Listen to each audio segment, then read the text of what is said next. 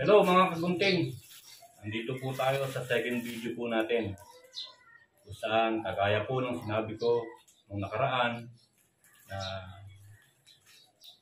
magbabahagi po ako ng kaalaman sa paggawa ng pattern. Stay tuned lang po kayo sa aking channel, sa aking Patrick DC TV. Ibibigay po sa inyo ng inyong boss Patrick ang technique sa paggawa at pagtahi ng isang polo barong. Actually, may mga tatabasin po tayo dito. Ito po, katulad po nito. Ayan. Ito nyo po. Uniform po ng teacher.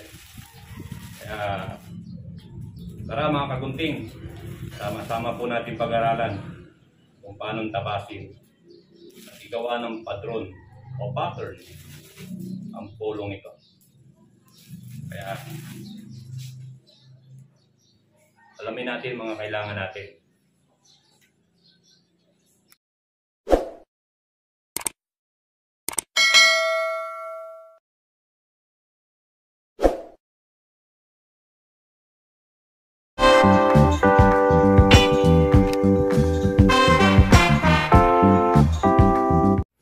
So mga kagunting, ito po mga kailangan natin. Pattern paper, lapis, ruler, siyempre yung gunting, yung curve natin, yung ating L square, tape measure, and Burns curve, di ba? So, sana po natin. Ayun pa palang ano pala natin. Siyempre, paano natin databasin yung kanyang sukat. Okay? So, umpisa na natin ang paggawa ng pattern ng polo barong. Okay.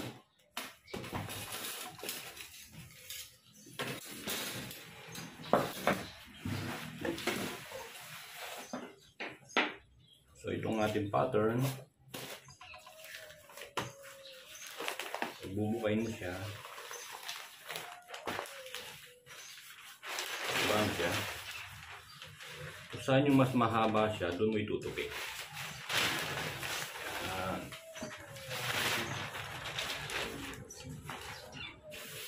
Yan guys. So dito po yung ano niya. First po natin, kuha po tayo ng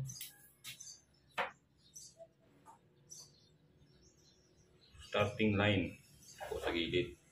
Tansyahin nyo po ito mga 3/4 para sa overlap po ng harap. Okay.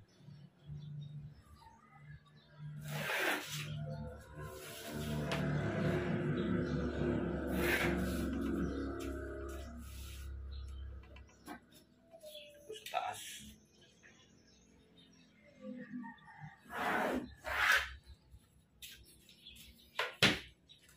So, tingnan po natin ang ating sukat.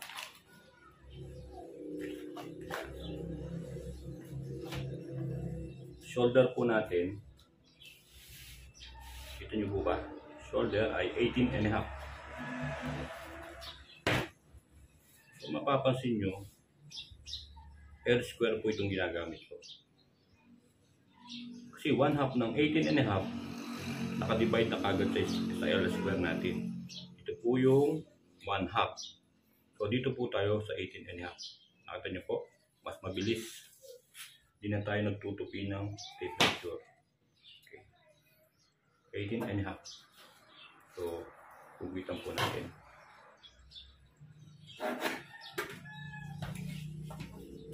Mula dyan, babase muna po tayo dun sa kanyang shoulder. Yan. Mula po dito, kukunin nyo po yung 18.5. Nakikita nyo po ba? 1/3. ng long. So mahaba po, no? Yung 1/3. Kukunin po yung 18.5 na shoulder. Okay? Yun po. Uwitan po natin.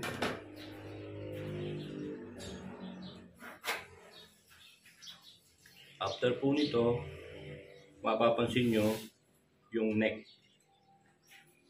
Kanyang liig. 16.5. So, kukunin po natin ng 16.5. Nakita nyo po dito. Sa short. Sa short nyo po kukunin sa 1/8. Ito po yung 1/16. Ito po yung 1/8. Ito po yung 1/4. Ito yung 1/2. So, kukunin po natin sa 1/8. Okay? Muna po dito sa starting line po natin sa ibabaw, yung kanyang collar ay 16.5. Pasin ninyo. Ayun. So, buwitan po natin ngayon. Yan.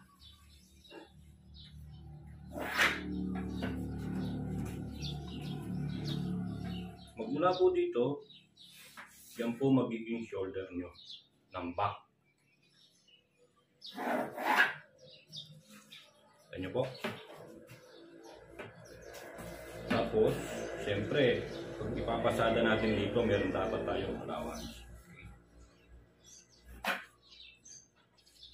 Kasi kapag nyo po dito. Yan. Yan na po yung likod natin, di po ba?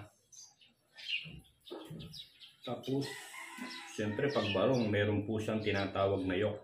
Kung mapapansin ninyo, may dugtong sa likod. So, yun din po ulit. Sa shoulder po ulit tayo bumabase. Yung 18.5, magmula sa starting line natin sa ibabaw.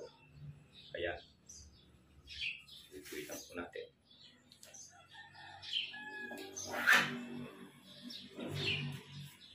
And then, magmula po dito, so binaba po natin na to, yung kanyang leg po ulit na 16.5. So 16.5, ayun po.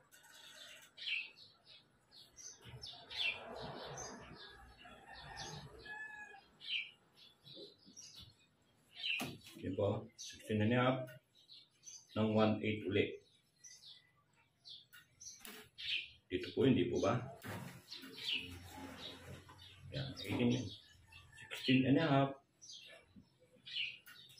Ayan, 16.5 po din dito. Kaya lang, lalagyan po natin ng allowance para sa sewing. Kaya tataas po tayo. Nakita niyo po. Tapos, yung pinaka-shoulder po ng harap, magbaba pa po kayo ng 1 inch.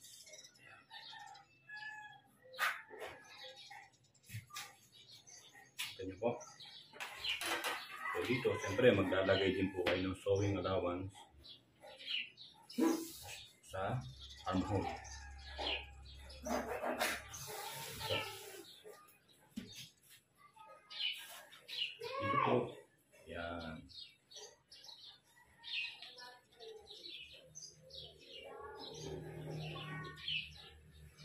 Yan yung po ang pinaka-shoulder po ng harap. Napapansin niyo po, bumaba po ako doon.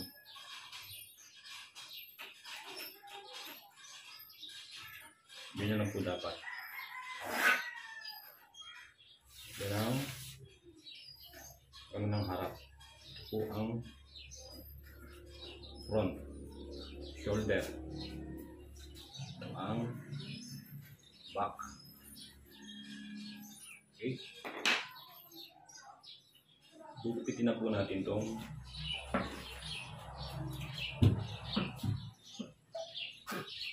pinakaano niya.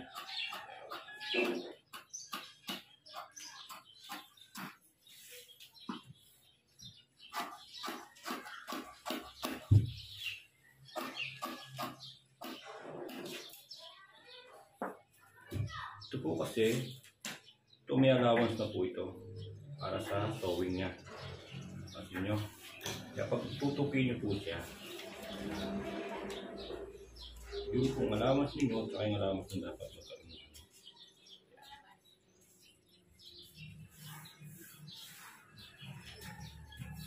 Kita nyo po, nasusundan nyo po ba? Huwag po kayo ipasok nyo po ng kahit 1/4. Yan. Ang pagkuha ng liig, neck ng harap. Dito, dahil pumasok kayo doon, lalabas din kayo dito. Ito po. Nakuha nyo na po ang harap. Okay? Nakita nyo po yung ating 60 na neck po niya. Sukatin po natin kung tama. Kailangan po ang sukat nyo hanggang dito lang. Kung papasok sa 16.5 yung ginawa natin neck. Okay? Gamitan po natin ng tape measure.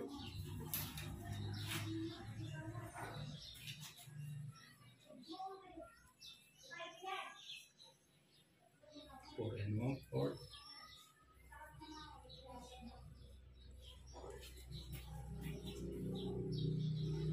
Ayun po.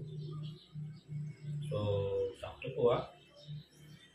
18 1/4 plus 18 1/4, 16.5. So, tama po ang ating 16.5 ang kanyang liig. Okay? So, second part po tayo. Okay na po tayo sa shoulder at neck.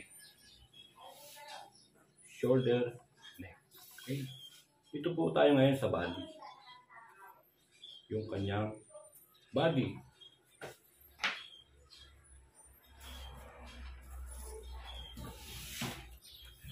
Magmula po dito sa binaba po nating guhit na yan, kukunin po natin yung 1/2 ng 40.5. So, ang kalahati po nun ay 20 1/4. Pwede nyo pong kunin dito ang 20 1/4. Ano po pala? Divided to 4 pala. So, magiging 20.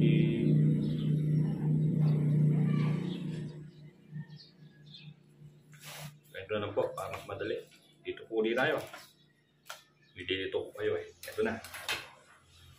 So, 1/2 po nung 40, kukunin po natin dito sa short. Ayun yung 40. Kasi 1/2 po yan eh. So, magwa 1/4 po tayo. Doon po natin itatapak. Ayan. Tapos, bababa po tayo ng 1 inch. 1 inch. Baba po ng 1 inch. Ayan. Yan ang bust line. Tapos, ang haba ay 29. Doon na rin po tayo. 29. Ayun. 29. Kanyang length.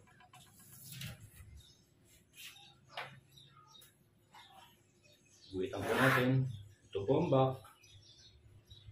Baba po kayo ng 1. Ito po ang front. Ito nyo po. Ito ang back. Ito ang front. Okay. Doon po ulit tayo sa body. 1/2 po ng body ay 40 and 1/4. Okay? So, magiging yun. Natin nyo po 1/2. Mabilis. Dito po sa short po natin ngayon. Saka po tayo magpapas 2. Yan. Nakita nyo, halos umabot po ng isang ruler.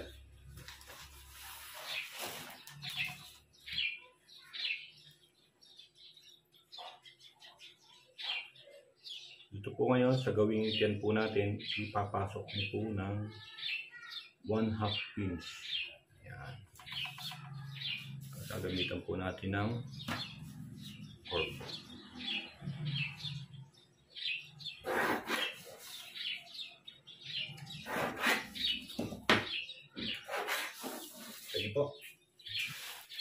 yung ating slip sa gilid dahil nga po barong, di ba?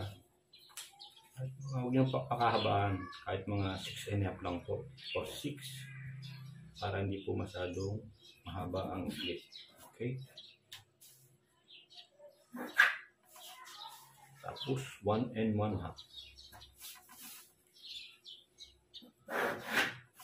Okay? Tapos ito po. Yan po ang front niya. Yan. Okay?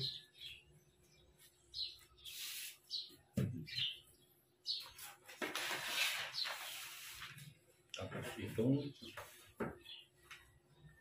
back. Yan. Di ba napapansin ninyo, meron siyang pleats sa likod, yung ating barong.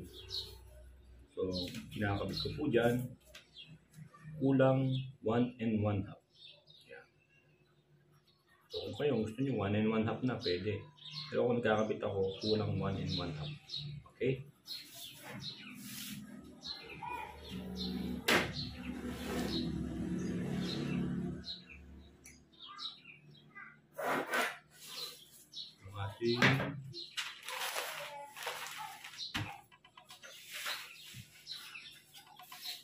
Para ma-perfect po natin yung ating armhole shape. Yun. Ito. Itong harap, pinaka-front niya, mapapansin nyo. May sukat po tayo ditong back, chest, and front chest. Okay. Ang front chest niya ay 14. So, 7. So sakto lang dito. Dahil ng media, tapos yung allowance. Diba?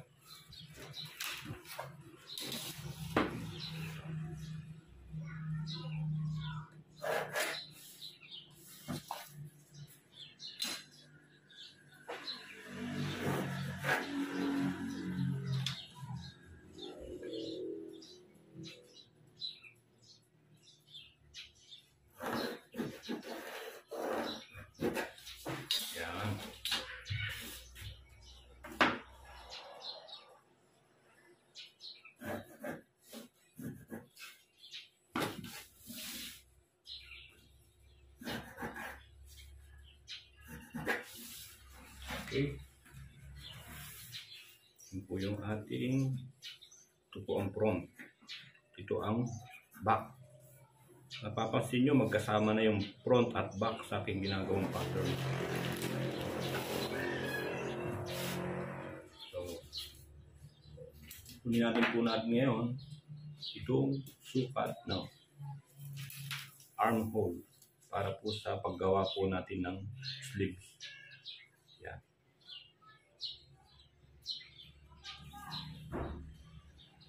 9 1/4. Ito po, ialis niyo po yung allowance ng likod. Yun. Kulang 11 na yan siya, di ba? Dudugtong muli dito. Yan.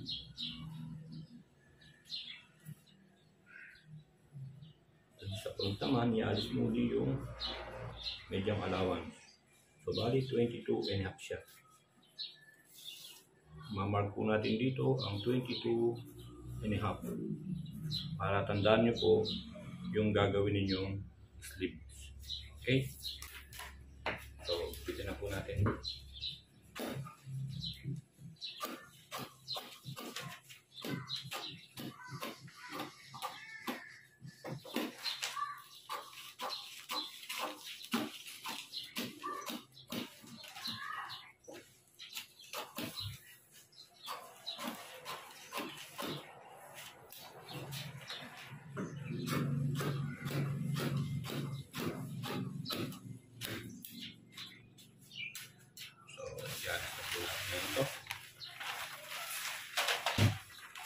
Sa video lang po itong extra na gamitan, magagamit niya po sa iba.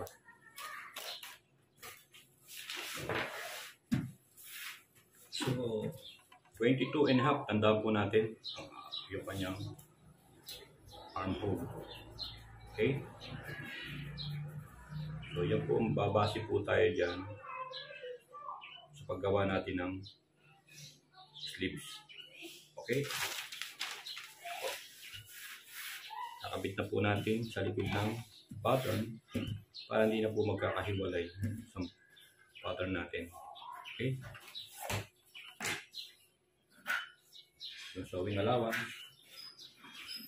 Tapos, yung haba po ng sleeves. So, meron po tayo dito yung haba ng sleeves. 10. Yung po natin, 10. Okay.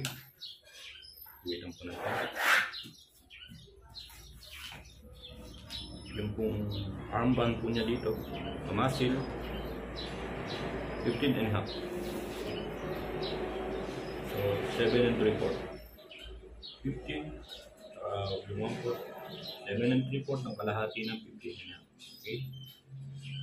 Dito po siya. Tapos, plus sewing allowance. Okay?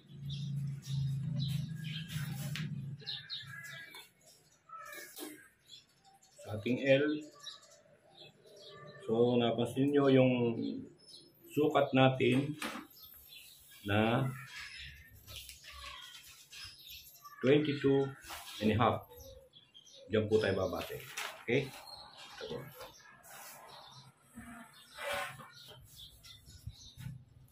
Dito po sa short arm po ng ating L square, sa 1/4 po tayo babase. So, bali yun ay 22. 22.5. So, pati ako nakag-o. Okay, 22.5.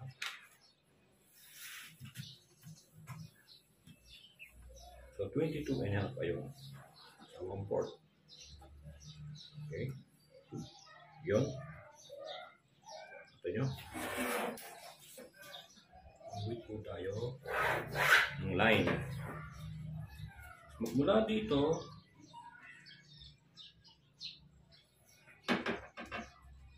$22.5 ulit. Dito sa 1/2, $22.5. Tapos magdadagdag po kayo ng allowance para sa sewing. Okay?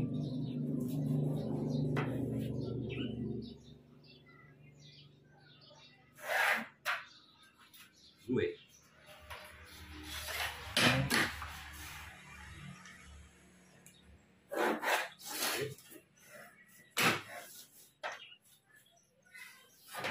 Dito na po natin babasihin ang ating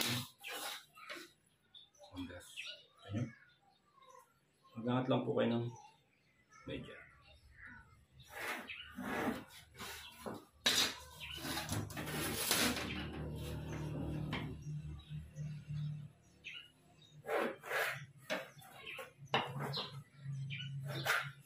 Yan.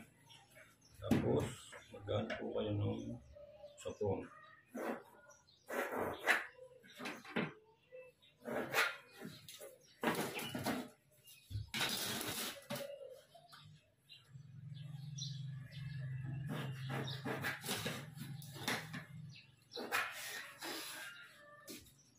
Pag bumuka yan, ito po ang front. Ito po ang back.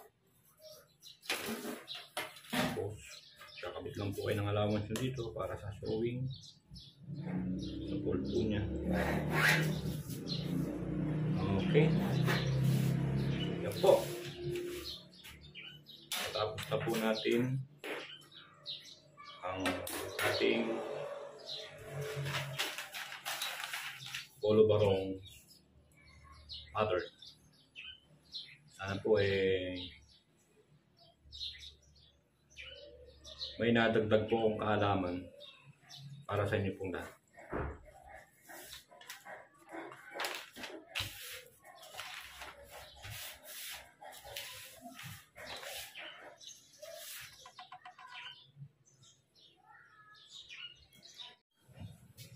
So, yan po mga kagunting. Tapos Pagkatapos po natin ng paggawa ng pattern ng polo barong, abangan nyo po yung ating susunod na video.